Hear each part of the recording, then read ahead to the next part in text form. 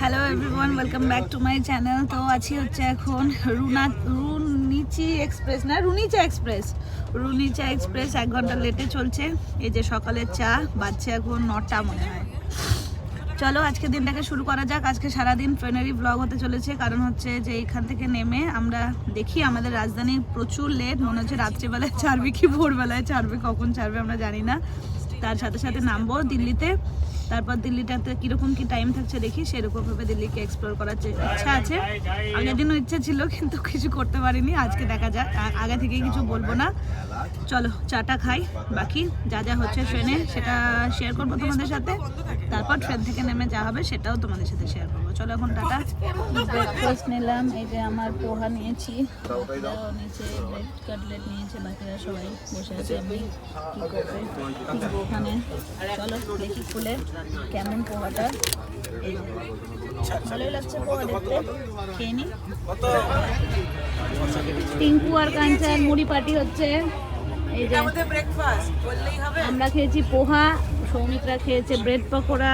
আর পচা পোহা থেকে আমরা খাচ্ছি না, মোটেও পচা পোহা খাইনি, আমার পোহাটা যথেষ্ট ভালো ছিল। একদমই না, ওটা নিজেকে সান্ত্বনা দিতে ভালো লাগে মানে। আর এখন টিঙ্কু খাচ্ছে মুড়ি আর হচ্ছে সেও ভাজা। টাটা।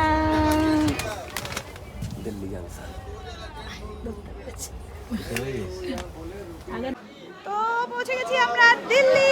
আর ঠান্ডা মানে তহিদাকে দেখো জ্যাকেট পরছে, এখন বড় জ্যাকেট পরছে, ছোট জ্যাকেট খুলে ফেললো। মানে আমরা জয়সলমীর, উদয়পুর, যোধপুর কোথাও কোনো ঠান্ডা পাইনি, এইখানে এসে ঠান্ডা। এই যে আমার বর পুরো একদম সেজে নিয়েছে।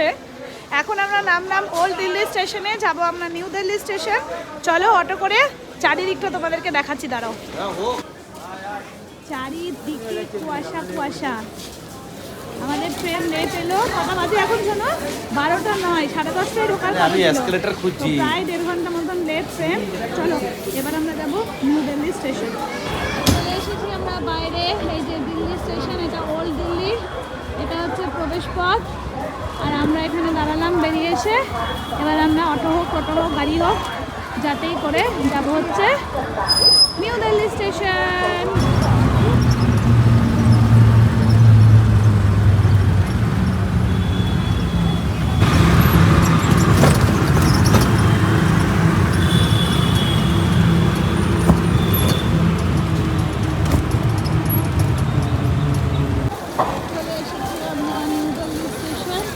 গেট নাম্বার 1, চলো আমরা ঢুকবো। আজকে প্রথম এই গেটটাকে ঢুকছি, গেট নাম্বার 10, গেট নাম্বার 1 নয়, ওখানে লেখা ছিল গেট নাম্বার 1। চলো, আর এই যে আমাদের ইন্ডিয়ান ফ্ল্যাগ। আমরা জিনিসপত্র রেখে দিয়েছি, চলো এবার আমরা বাইরে বেরোচ্ছি, খাওয়া দাওয়া করবো। তারপর যেখানে যেখানে একটু ইচ্ছা আছে। রাত্রি 12:30টায় আমাদের ট্রেন, IRCTC মেসেজ দিয়ে দিয়েছে রাত্রি 12:30টায় ট্রেন। তো দেখা যাক দিল্লিতে কি কি ঘুরি। আর অনেক ঠান্ডাও আছে, দেখাচ্ছে 16 ডিগ্রি, কিন্তু ঠান্ডা যথেষ্ট, হাওয়া দিচ্ছে প্রচণ্ড। চলো এখন এক্সপ্লোর করি দিল্লিকে, আগে খাই তারপরে। টাটা। প্রত্যেকবারই যখন ঘুরতে যায় তখন দিল্লি স্টেশনে যখনই নামি তখন ভাবি যে দিল্লিটাকে এক্সপ্লোর করতে হবে, দিল্লিতেও একদিন আসব। কিন্তু সেভাবে দিল্লিতে কখনোই স্টে করা হয় না। এতবার ঘুরতে যাচ্ছি, দিল্লির ওপর দিয়েই যাচ্ছি, তো বারবার নামা হয় দিল্লিতে, কিন্তু আর কি সেভাবে এক্সপ্লোর করা হয় না। তো এবারও আশা ছিল যে ঘুরতে যেতে পারবো কি পারবো না, তাই সেটাই চিন্তা করছিলাম। কিন্তু IRCTC আমাদের মানে আর কি ট্রেন আমাদেরকে হেল্প করে দিয়েছে। তো ট্রেন দেখাচ্ছে 12:30টার সময়, তো সেই কারণে আমরা ঠিক করলাম যে যতটা সম্ভব দিল্লি আমরা ঘুরে দেখব। আর তার সাথে সাথে ঠিক করলাম যে এমন একটা জায়গায় খেতে যাব যেখান থেকেই আমাদের আর কি ঘোরাটাও স্টার্ট হবে। তো আমরা চলে গিয়েছিলাম করিমসে, দেখতেই পাচ্ছ এটা হচ্ছে জামা মসজিদ, এখান দিয়েই আমরা যাব। জামা মসজিদেও আমরা গিয়েছিলাম, কিন্তু এরই সামনে অপোজিট রাস্তাতেই, মিনা বাজারও দেখালাম, অপোজিট রাস্তাতেই আছে হচ্ছে করিমস। তো আমরা সেখানেই যাব বলে চলে এসেছিলাম। তো দিল্লিতে এসেছি, করিমসেই বিরিয়ানি খাই। আমাদের বহরমপুরেও করিমসের বিরিয়ানি খুলেছে, কিন্তু অ্যাকচুয়ালি এখানে অথেন্টিকেট যে করিমস সেটাতে এক্সপ্লোর করবার জন্যে আর কি এখানে আসা। তো চলো ভেতরে যাই, আমাদের সাথে সবটাই শেয়ার করি। চলো এই যে করিমস, এইটাই সেটা। তো দিল্লিতে এসে খাবোই যখন ভাবলাম, তখন অথেন্টিকেট কিছু মানে একটা অ্যানসিয়েন্ট লেভেলের কিছু খাওয়া হতে পারে, সেটা হচ্ছে এই করিমস। আমাদের এখানেও আছে, তো আমরা এই করিমসে চলে এলাম। চলো দেখাচ্ছি ভেতরে কি আছে। বাইরে দেখ, ये मटन है मटन है अभी दे रहा हूँ 1 मिनट में ঠিক আছে, जहांगीर चिकन जहांगीर नहारी बिरयानी दे यहाँ पे दे बिरयानी यहाँ पे दे कलेजी कुर्ता दे रहा हूँ भाई राइस दे रहा हूँ না না, এটা চিকেন।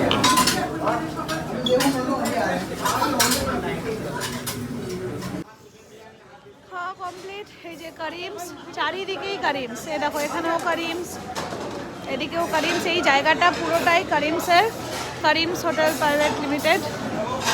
চলো এখান থেকে বেরোই, এরপর কোথায় যাচ্ছি দেখছি।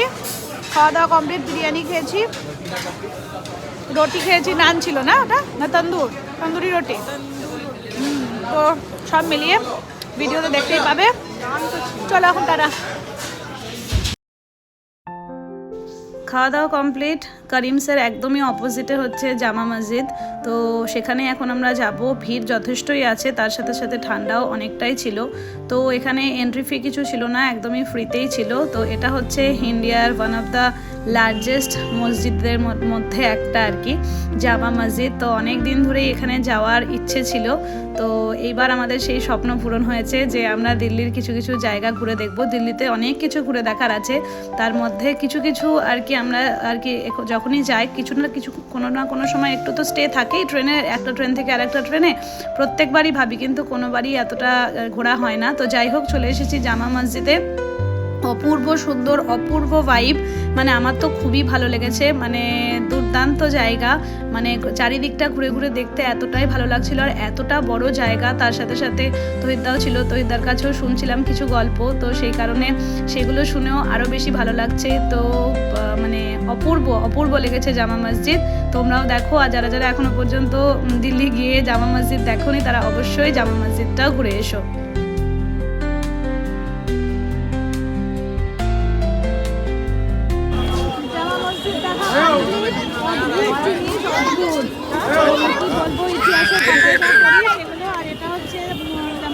সামনে গেট নাম্বার 1-এর সামনে, আর এটা হচ্ছে ফুড ভ্যালি। এখানেই সব খাবার দাবার, এখানেই করিমস, এখানেই আমরা খেলাম। আর প্রচন্ড যাই, দেখা যাক কোথায় যাওয়া যায়। আমরা এবার এসে নামলাম অটো করে রেড ফোর্টের কাছে। এবার রেড ফোর্টটা দেখবো, তারপর আমরা যাবো ইন্ডিয়া গেট। আগে রেড ফোর্ট দেখে নিই, তারপর রাস্তায় খুব জ্যাম, দিল্লিতে তো জ্যাম বেশি। তো চলো, আমাদের তো ট্রেন টাইমিং 12:30, কিছু করার নেই। চলো আমরা এখন একটু দিল্লিটাকেই ঘুরে দেখি। টাটা। রেড ফোর্ট বা লালকেল্লা ছোট থেকে বইয়ে পড়েছি, তাই দেখার ইচ্ছা ছিল খুব, কিন্তু সুযোগই হচ্ছিল না। যাই হোক, যদি কপালে থাকে তাহলে বলে না সারে কায়নাত উসে তুমসে মিলানে কি সাজিশ করতে হে, ওই টাইপেরই ব্যাপার। রেড ফোর্ট সম্পর্কে আলাদা করে বলার কিছুই নেই, সবাই সব কিছু আর কি সবাই জানে।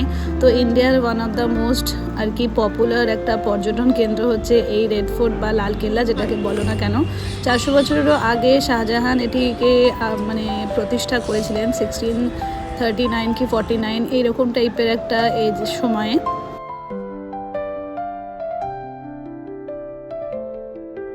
মুঘলরা বেসিক্যালি এটা তৈরি করেছিল তাদের রাজধানী আগ্রা থেকে দিল্লিতে স্থানান্তরিত করার জন্যে, কিন্তু তারপর অনেকটাই সময় গিয়েছে। ব্রিটিশ, মারাঠা, মানে প্রথমে মুঘল, তারপরে মারাঠা, তারপর ব্রিটিশ, তারপর এটা ইন্ডিয়ার হাতে আসে। আর এই যে আমাদের ইন্ডিয়ান ফ্ল্যাগ একদম খুব সুন্দরভাবে আকাশে উড়ছে, তো সেই ফ্ল্যাগটায় প্রত্যেক বছর এই লালকেল্লাতেই আমাদের প্রধানমন্ত্রী স্বাধীনতা দিবসের দিন আর কি উত্তোলন করেন।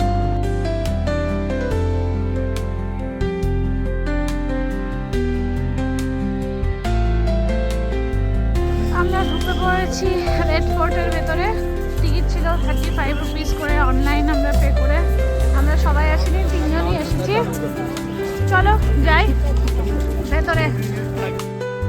2007 সালে এই রেড ফোর্টকেই ইউনেস্কো ওয়ার্ল্ড হেরিটেজ সাইট হিসেবে রেকগনাইজ করা হয়েছে। তো তারাই আর কি সমস্ত রেনোভেশন বা কনস্ট্রাকশনের যে কোনো কিছু তারাই দেখাশোনা করে। তো চলো রেড ফোর্টের ভেতরে ঢোকা যাক। তো এটা হচ্ছে এন্ট্রি গেট, মেন এন্ট্রান্স যেটাকে বলা হয় সেটা হচ্ছে লাহোরি গেট। তার সামনেই আমরা একদম চলে এসেছি। তার আগে বলি, এই যে রেড কালারের ফুল বিল্ডিংটা কেন রেড কালারের আর কি, রেড ফোর্ট কেন বলা হয়, রেড স্যান্ডস্টোন দিয়ে তৈরি এই ফুল রেড ফোর্টটা, তো সেই কারণেই নাম হচ্ছে রেড ফোর্ট বা লাল কেল্লা। আর এটাই হচ্ছে মেন আমাদের Lahori gate, main entrance of the Red fort.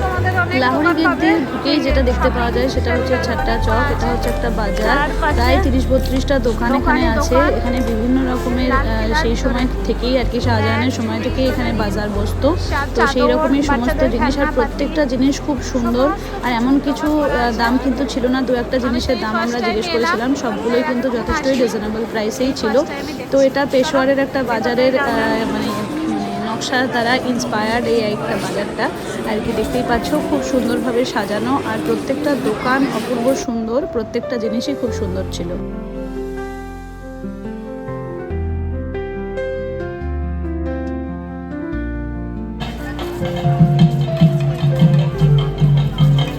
এখানে বেদিক চ্যান্টিং এর প্রোগ্রাম হচ্ছে।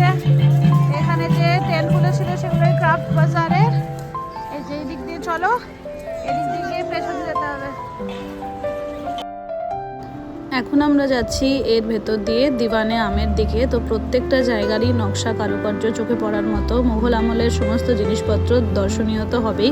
তো চলে এসেছি আমরা একদমই দিওয়ানে আমের সামনে। তো প্রত্যেকেই তোমরা জানো দিওয়ানে আম ইউজড হতো রাজা মানুষদের সাথে আর কি, সাধারণ মানুষদের সাথে কথা বলতো। তো এই দিওয়ানে আমে আর অন্যান্য যত সমস্ত প্রোগ্রাম হতো, ফাংশন হতো, সমস্ত কিছুই এই দিওয়ানে আমেই হতো।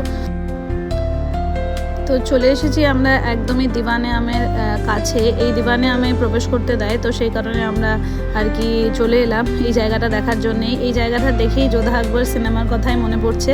তো এইরকম আর কি দেখেছিলাম সিনেমার মধ্যে বা সিরিয়াল, যে কোনো কিছুতে এরকম দেখতে পাওয়া যায়। এই যে দেখো ভেতরে একটা সিংহাসন মতন বানানো আছে, মানে এখানে রাজা বসতেন।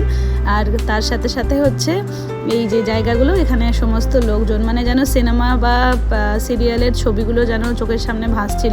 এই সমস্ত পুরনো জিনিস দেখে স্মৃতি আর কি রোমন্থন করতে খুব ভালো লাগে, আর খুব আর কি এগুলো একটা নস্টালজিক ফিলিং। তো চলো এবার যাবো আমরা দিওয়ানে খাসের দিকে। 35 টাকায় অনেক সস্তাতে দিয়ে দিয়েছে টিকিট। এইটা হচ্ছে মিউজিয়াম, এসো দেখে আসি।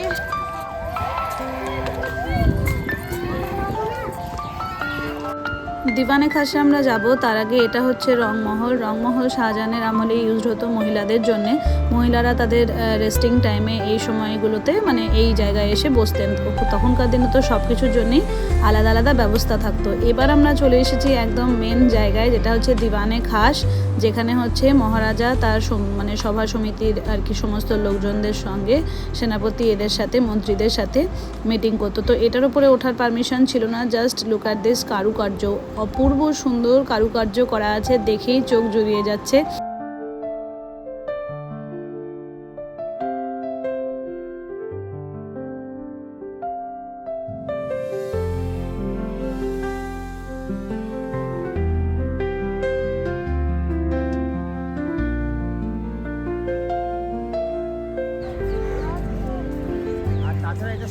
এটা সরকার মেনটেন করছে যে, ওই জন্য। চলো এবার আমরা বেরিয়ে যাব। ঘোরা হয়ে গেছে আমাদের, আর কোন দিক দিয়ে বেরোবো সেটাই হচ্ছে লেখা। হ্যাঁ সামনে দিক দিয়ে, ওই পেছন পর্যন্ত আমরা আর গেলাম না।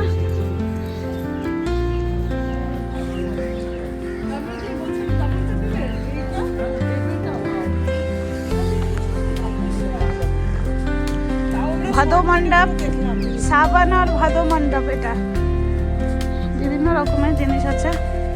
চলো এবার বেরোবো আমরা। সময় লাগবে তো, এখানে দিকে যাচ্ছি আমরা এখন ক্রান্তি মন্দিরের দিকে।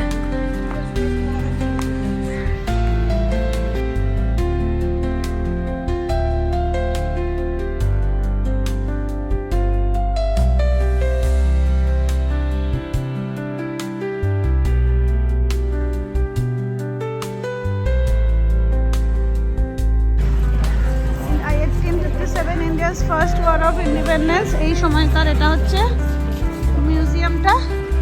এই মিউজিয়ামে আমরা ঢুকলাম না, প্রচুর মিউজিয়াম দেখেছি, সেই মিউজিয়ামে আর যাচ্ছি না। এই দেখো এখানে ছোট্ট কাঠবিড়ালি, এখানে অনেক কাঠবিড়ালিও দেখতে পাওয়া যাচ্ছে। চলো এবার বেরিয়ে যাবো। তো আমরা এখন যাচ্ছি লাহোরি গেট দিয়ে বেরিয়ে যাচ্ছি। আর আর যেটা বাজার ওটা হচ্ছে, যেখানে বাজার দেখলাম ওটা হচ্ছে ছাত্তা বাজার। চলো, যতটা সম্ভব হয়েছে ততটা দেখালাম, বাকি আবার কখনো এলে আরও ভালো করে এক্সপ্লোর করব। এই যে চলে এসেছি একদম বাইরে, দেখতেই পাচ্ছ, এটা দিয়ে এন্ট্রি, ওই যে আমাদের ভারতের পতাকা। চলো বাইরে চলে যায়। রেড ফোর্ট দেখা কমপ্লিট আমাদের। এই যে পেছনে হচ্ছে রেড ফোর্ট। এবার আমরা যাচ্ছি, হ্যাঁ সেলফি নেব, যাচ্ছি হচ্ছে ইন্ডিয়া গেট। চলো সেলফিটা নিয়ে নিই, তারপর কথা বলছি।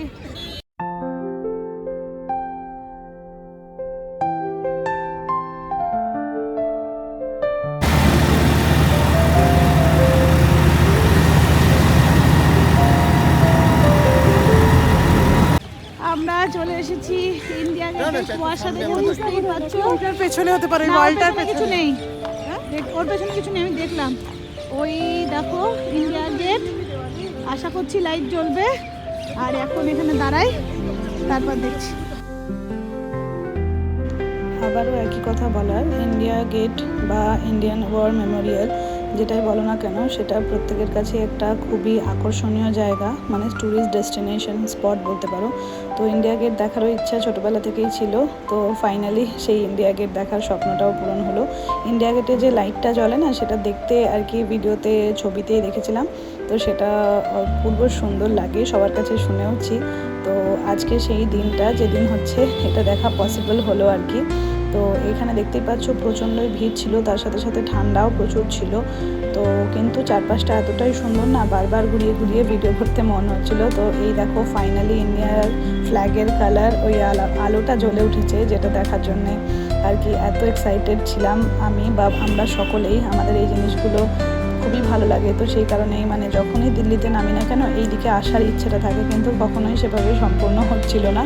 তো যাই হোক, এবার ভাগ্য সাথ দিয়েছে, সব কিছুই ঠিকঠাক ছিল, কিন্তু প্রচুর ঠান্ডা ছিল, প্রচুর ঠান্ডা। কিন্তু তাও একটু বকাঝকা খাচ্ছিলাম বটে, এত ঠান্ডার মধ্যে স্টেশনে চলে যাওয়ার কথা বলছিল, কিন্তু যাই হোক দেখা মানে ইচ্ছেটা পূরণ হয়েছে। তো এই যে সেই আমাদের ইন্ডিয়া গেট।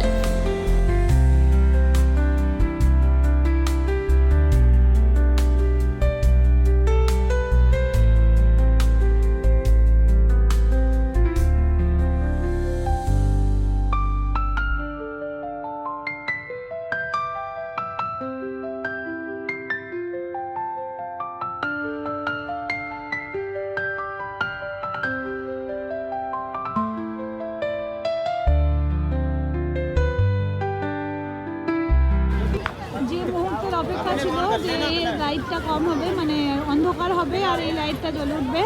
তো দেখো ইন্ডিয়া গেটে ইন্ডিয়ার পতাকা পরিষ্কার দেখতে পাওয়া যাচ্ছে, অরেঞ্জ, হোয়াইট অ্যান্ড গ্রিন।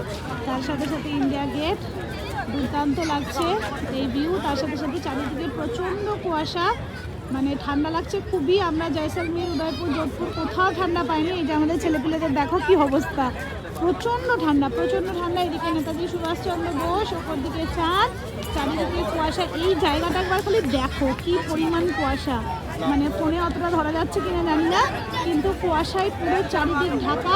এই যে ইন্ডিয়া গেট দেখে নাও। চলো টাটা, এবার আমরা যাবো স্টেশনে।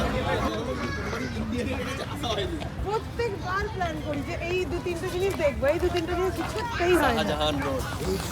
আমরা শাহজাহান রোডে হাঁটছি, নিজেকে শাহজাহান মনে করি। মানে কি ধরনের কুয়াশা দেখো। দিল্লির পলিউশন কমানোর জন্য রাস্তায় রাস্তায় জল ছড়ানো হয়। এটা আমরা একটা জায়গায় রাস্তায় দাঁড়িয়েও দেখলাম। আবার এটা হচ্ছে জল দিচ্ছে যে পলিউশন কমানোর জন্য।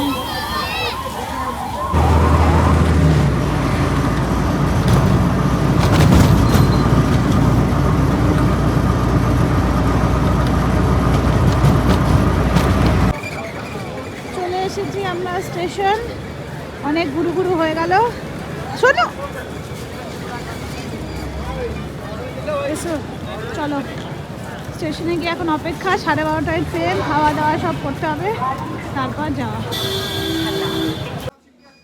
ট্রেন আমাদের আরও লেট হয়ে গেছে, 1:30টার সময় টাইমিং দেখাচ্ছে, 12:30টার পরে বাজছে এখন কটা, 10টা মতন বাজে। এখানে খাবার অর্ডার করেছি, এই প্রিমিয়াম লাউঞ্জে আমরা বসে আছি। তো তো খাবার অর্ডার করেছি, রুটি চিকেন কারি, ওটাই আসুক, ওটাই খাবো।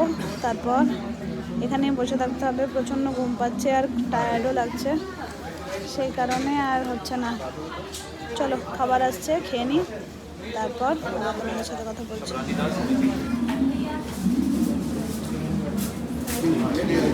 এটা আমার আর টিঙ্কুর খাবার, রুটি আর চিকেন, আর বৌদি খাচ্ছে খালি ভাত আর খেয়ে নিই। বাজছে এখন 12:20, এই যে আমার ঘড়িতে তো 12:20 বাজে।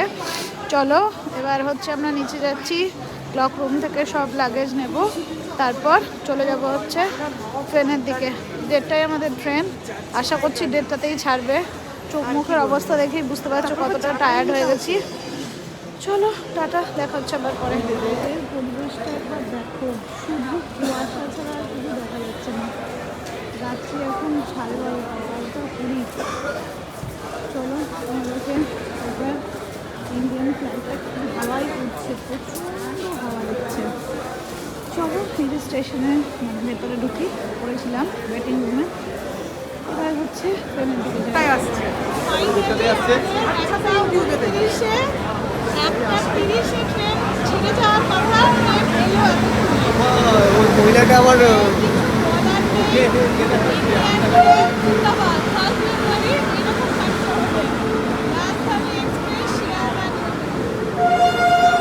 রাজধানী বাবা তুমি মানে আমাদের অপেক্ষা করাতে করাতে দেড়টার বাদ হয়ে গেছে। চলো ট্রেনে উঠি এবার। ট্রেনে চেপেছি আমরা, পরিশ্রান্ত অধৈর্যবান হয়ে গেছিলাম। যাই হোক 1:44 বাজে, এখনো ট্রেন ছাড়েনি, ট্রেন কটায় ছাড়বে বলতে পারছি না। তো চলো আজকের ভিডিওটা এখানেই শেষ করছি। দিনটা ভালোই কেটেছে, নিউ ইয়ারও আশা করছি ভালো কাটবে, কিন্তু ট্রেন একটু লেট হলো, সেই কারণেই এতটা আর কি অধৈর্য লাগছে।